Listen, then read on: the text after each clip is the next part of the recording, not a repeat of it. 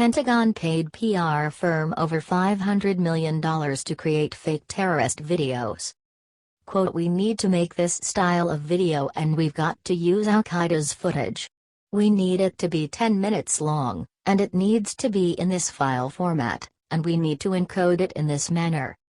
These were the specific instructions given to employees of a PR firm responsible for creating fake terrorist videos as part of a top-secret propaganda mission paid for by the Pentagon, a mission that cost over $500 million.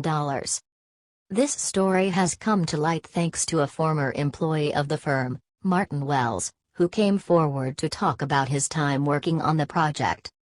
While we are now all too familiar with the word terrorist, it only became popular about 15 years ago, after planes were flown into the World Trade Center towers in New York. This event was monumental in not only reshaping U.S. security tactics but also policy that impacted the American people greatly.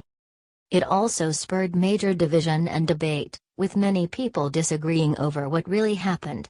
Within moments of the crashes, the media was already claiming that Osama bin Laden had ordered the attacks, and the word terrorist was used thousands of times over the next 24 hours. But as the days and weeks passed, it started to become clear that something wasn't quite right with the official story and facts simply weren't lining up. The war on terror has raged on since that day, and although many have challenged the official story, terrorism is still an extremely real and dangerous threat in the minds of many.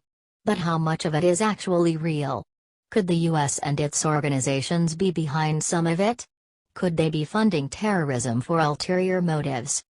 These questions are becoming more persistent as time goes on, and were a major focus of the International Conference on the New World Order, organized and sponsored by the Perdana Global Peace Foundation. Below is a statement from that conference given by prominent author and Canadian economist Dr. Michel Chossudovsky, who is the University of Ottawa's Emeritus Professor of Economics, which further emphasizes this viewpoint. The global war on terrorism is a U.S. undertaking, which is fake. It's based on fake premises.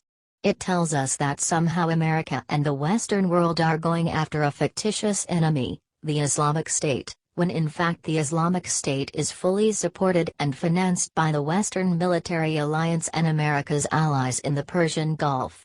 They say Muslims are terrorists, but it just so happens that terrorists are made in America. They're not the product of Muslim society, and that should be abundantly clear to everyone on this floor. The global war on terrorism is a fabrication, a big lie and a crime against humanity.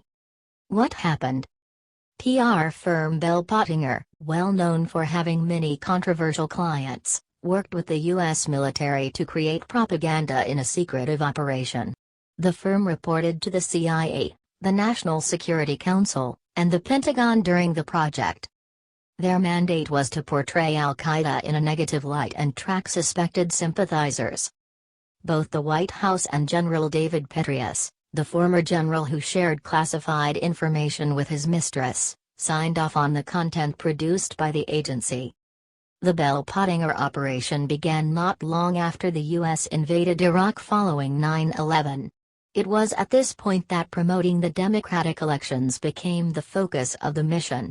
Not long after, the priority shifted to shooting and editing video content for psychological and information operations.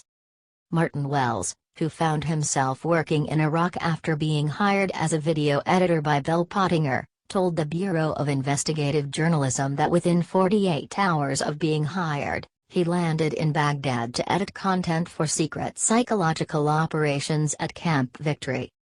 The firm created television ads showing Al-Qaeda in a negative light as well as creating content to look as though it had come from Arabic TV. Crews were sent out to film bombings with low-quality video. The firm would then edit it to make it look like news footage. Propaganda is illegal in the United States. According to Wells, the videos were picked up in Iran, Syria, and the U.S. Since the U.S. is prohibited by law from using propaganda on its population, they had to hire an outside firm to create it for them. If 48 hours or a week later shows up in another part of the world, then that's the more interesting one. Wells explained. And that's what they're looking for more, because that gives you a trail. The Pentagon did confirm that the PR firm worked for them under the Information Operations Task Force, IOTF, and say they were creating content that was truthful. The firm also worked under the Joint Psychological Operations Task Force, JPOTF. When asked for a response, the Pentagon said it could not comment on JPOTF operations. Why the need for PR? Given these events, one must begin to ask why there was a need for propaganda and PR in the first place. What is the motivation? Does it seem unsettling that government and military operations have to go to such lengths to get the public on their side?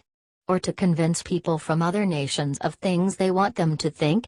What gives them the right to shape and manipulate public opinion, unknown and unseen? This reminds me of a great quote from Edward Bernays, otherwise known as the father of public relations. The quote is taken from his book Propaganda, which was written in 1928. The conscious and intelligent manipulation of the organized habits and opinions of the masses is an important element in democratic society. Those who manipulate this unseen mechanism of society constitute an invisible government, which is the true ruling power of our country.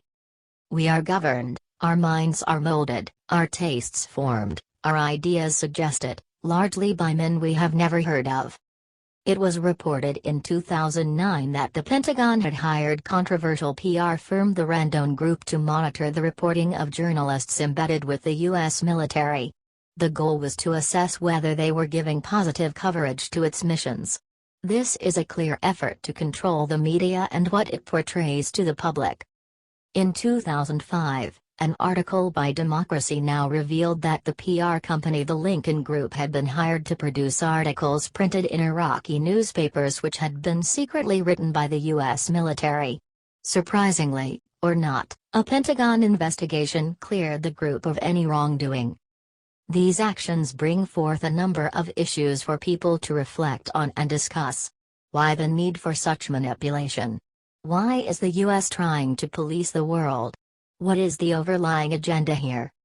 I believe if the people knew what their governments were doing and if they were informed regularly about their shady actions, they might have a different perspective about what's going on and what story they are being sold on. The reality of this story brings into question how real the threat of terror truly is and why the U.S. is trying so hard to convince the world that this threat is imminent.